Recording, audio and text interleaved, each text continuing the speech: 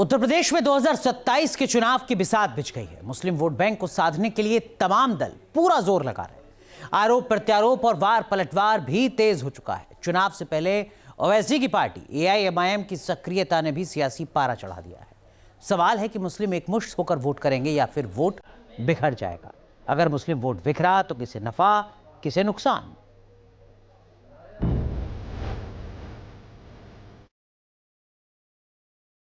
UP में 2027 की बिछी बिसात। मुस्लिम वोटर किसके साथ? एआईएमआईएम की एंट्री, किसकी बड़ी टेंशन? ओवैसी कांग्रेस का जोर, क्या बटेंगे मुस्लिम वोट? यूपी में 2027 का रण जीतने के लिए दावपेच जोर आजमाइश शुरू हो गई। अखिलेश यादव पीडीए को मजबूत करने के लिए पी की परिभाषा बदल रहे।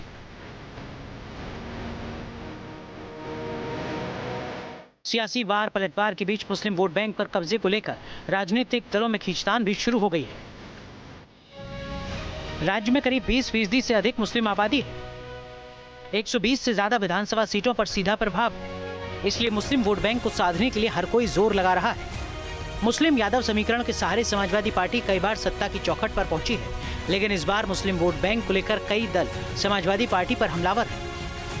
एआईएमआईएम चीफ अजदुद्दीन ओवैसी की यूपी में सक्रियता ने अखिलेश यादव की टेंशन बढ़ा दी है। एआईएमआईएम ने बहराइच, बिजनौर, सहारनपुर और मुरादाबाद जैसे मुस्लिम आबादी वाले इलाकों में अपनी सक्रियता बढ़ाई।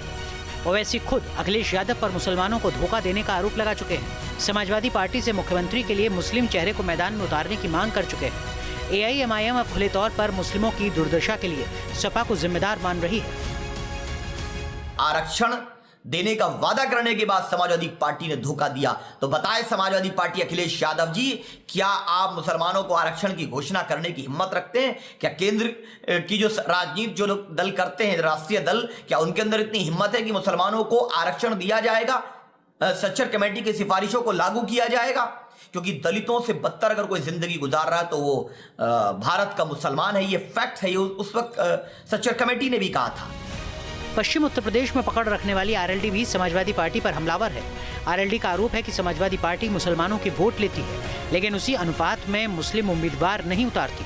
वहीं समाजवादी पार्टी का आरोप है कि एआईएमआईएम जैसे दलों का मकसद महज बीजेपी को फायदा पहुंचाना है। दरअसल जो पार्टियां ये कहती हैं कि उत्तर प्रदेश में मुस्लिम मुख्यमंत्री होना चाहिए, उनमें से आरएलडी, एमआईएम प्रमुख रूप से हैं।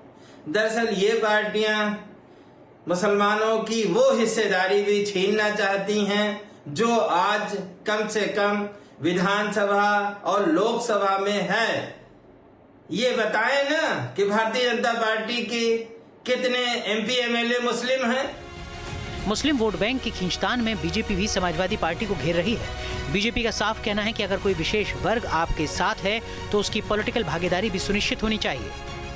जो लोग केवल राजनीतिक हित साधने के लिए एक वर्ग विशेष का नाम का इस्तेमाल करते हैं, वोट के ध्रुवीकरण के लिए इस्तेमाल करते हैं, तो ये सवाल तो उठेंगे ही उठेंगे। और ये सवाल तो आरएलडी क्या जनता जनार्दन से भी आते हैं। इसका उत्तर समाजवादी पार्टी की मुखिया को देना चाहिए। यानी मुस्लिम वोट बैंक को लेकर सियासी खींचतान शुरू हो गई है। आरएलडी, कांग्रेस और एआईएमआईएम मुस्लिम वोट बैंक को अपने पाले में करने के लिए हर दाव आजमा रही है, तो वहीं बीजेपी को मुस्लिम वोटों के बिखराव में बड़ा फायदा नजर आ रहा है। दरअसल यूपी की सियासत में मुस्लिम बड़ा फैक्टर है। बीजेपी को छोड़ दें तो किसी भी दल के लिए इस वोट बैंक को नजरअंदाज करना मुश्किल है। प्रदेश में सबसे ज्यादा मुस्लिमों की आबादी पश्चिमी यूपी में है। कई लोकसभा सीटों पर मुस्लिम वोटर 40% से ज्यादा है। रामपुर में 50%, मुरादाबाद में 47%, बिजनौर में 43% मुस्लिम वोटर है। वहीं सहारनपुर में 41, मुजफ्फरनगर में 41, अमरोहा में 40, बरेली में 34 और मेरठ में 34% मुस्लिम मतदाता है। वहीं पश्चिमी यूपी की करीब 20 लोकसभा सीटों पर मुस्लिम मतदाताओं की संख्या 30% से ज्यादा है।